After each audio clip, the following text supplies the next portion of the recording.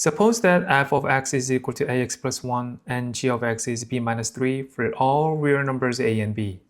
Which of the following statement is true about the graph of f plus g? Okay, f plus g is equal to f of x is ax plus 1, right? So ax plus 1 plus g is bx minus 3, bx minus 3.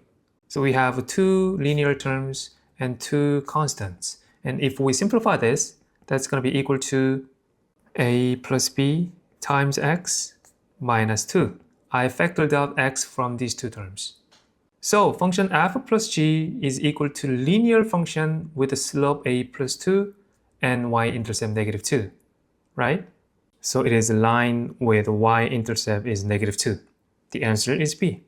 By the way, it cannot be parabola because if the graph is a parabola, the equation of the function must have quadratic term. But this function doesn't have a quadratic term, the x squared term, right?